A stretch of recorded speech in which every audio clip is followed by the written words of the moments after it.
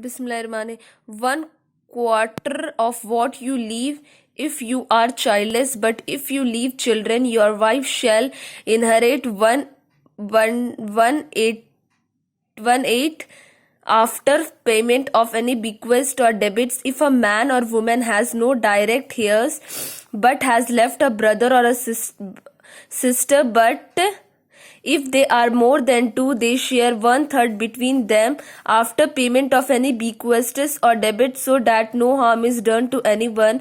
That is a commandment from God. God is all-knowing and forbearing. These are the limits set by God. Anyone who obeys God and His messenger will be admitted to gardens through which rivers follow. To live there forever, that will be the supreme achievement. But anyone who disobeys God and His messenger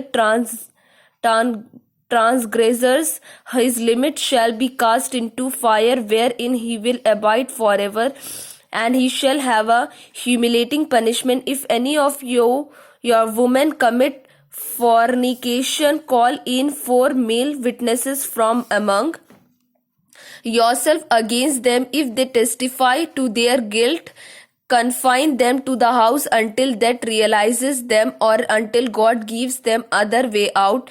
If 2 men commit a like abomination, punish them both.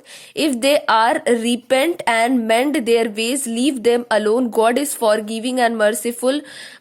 But God undertakes to accept repentance only from those who do evil out of ignorance and those who repent soon after. God turns towards such people with mercy. He is all-knowing and all-wise. Forgiveness is not for those who continue to do evil deeds until when death comes upon one of them. He says, "Now I repent, nor from those who die as deniers for of the truth.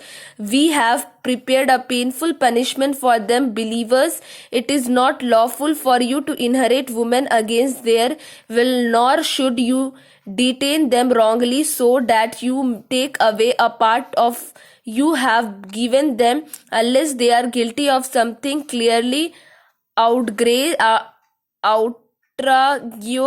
Leave with them in